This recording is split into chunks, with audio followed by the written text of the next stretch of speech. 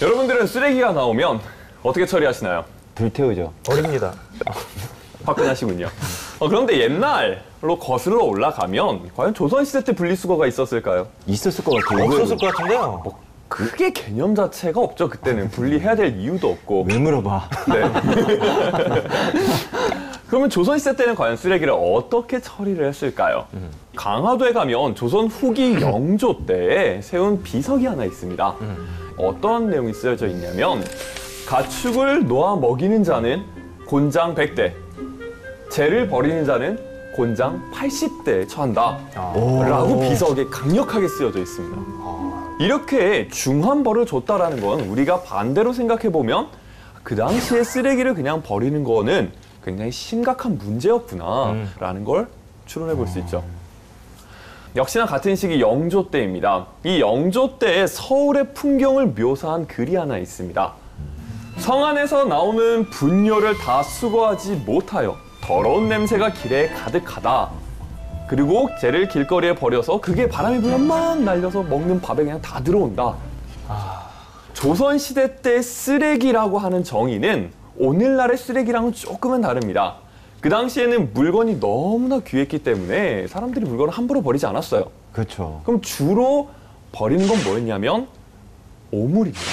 사람의 똥오줌과 불을 떼고 남은 재들을 그냥 모아서 길거리에 혹은 강가에 개천에다 그냥 다 갖다 버리는 거죠. 그렇게 되니까 서울에 저렇게 똥냄새가 진동을 하게 되고 재가 날아다니고 그리고 가장 많이 버렸던 인기 있는 곳이 어디냐면 청계천입니다. 네. 청계천에다 다 갖다 버린 거예요? 그렇죠. 길잖아. 손잡고 데이트하러 가는 게 아니라 야. 냄새가 막 그거는 둘째치고 이 위생 상태가 안 좋다 보니까 사람들이 전염병에 많이 걸리는 그렇죠. 이런 문제까지 발생이 됩니다. 이거는 정말 국가적으로 큰 문제죠. 네네. 그래서 영조가 결단을 합니다. 더 이상 안 되겠다. 저 악취의 근원인 청계천을 수리해야겠다. 그래서 영조 때 청계천에 있는 오물들을 다 걷어내고 그리고 이미 거기 바닥에 많이 쌓여있던 흙이라든가 이런 오물들도 다 파내고 청계천을 쫙 다시 깨끗한 물로 복원을 하는데 성공을 해요. 이제 쓰레기와의 전쟁 끝났다 라고 마음을 놓고 있는데 문제는 사람들이 계속 거기다 또 갖다 버리는 겁니다. 그러니까 이게 반복이 되는 거죠. 결론 짓자면 쓰레기와의 전쟁은 오늘 일이 아니라 과거에도 있었고 그 과거에 있었던 쓰레기와의 전쟁 나름 해결해 보려고 노력을 했다라는 거죠. 그러나 뭐 크게 실효를 거두지 못하고 계속해서 쓰레기와의 전쟁이 지속되고 있었던 것이 역사에서도 나타난다라는 것입니다. 역사 파트를 맡은 요원 김준호였습니다. 우리나라의 과거 예.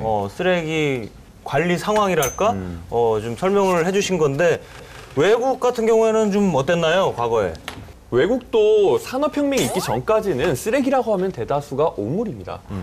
이 프랑스가 정말 특히나 수도 파리가 우리나라 아까 조선 막 똥냄새 나고 이런다 그랬는데 한양이 거기 저리 가라 할 정도로 다른 나라 사람들이 오면 얼굴이 찡그릴 정도로 파리가요? 네, 파리가. 파리가. 파리들이 막 이진혜원이 그래서 좀 이름이 파리냐고. 파리가 꼭 보이니까. 동생 그 김준호 의원이 얘기하는데 그거 계속 그렇게 딴지를 거야겠습니까? 꼭 이진우 의원이라고 꼭 짚어야 돼. 아니 너무 저는 재밌어가지고 너무 좀 재치가 있으신 것 같아가지고. 넘어갑시다. 계속 말씀하세요, 김준호 의원. 즐거움의 시작. Content Trend Leader, TVN.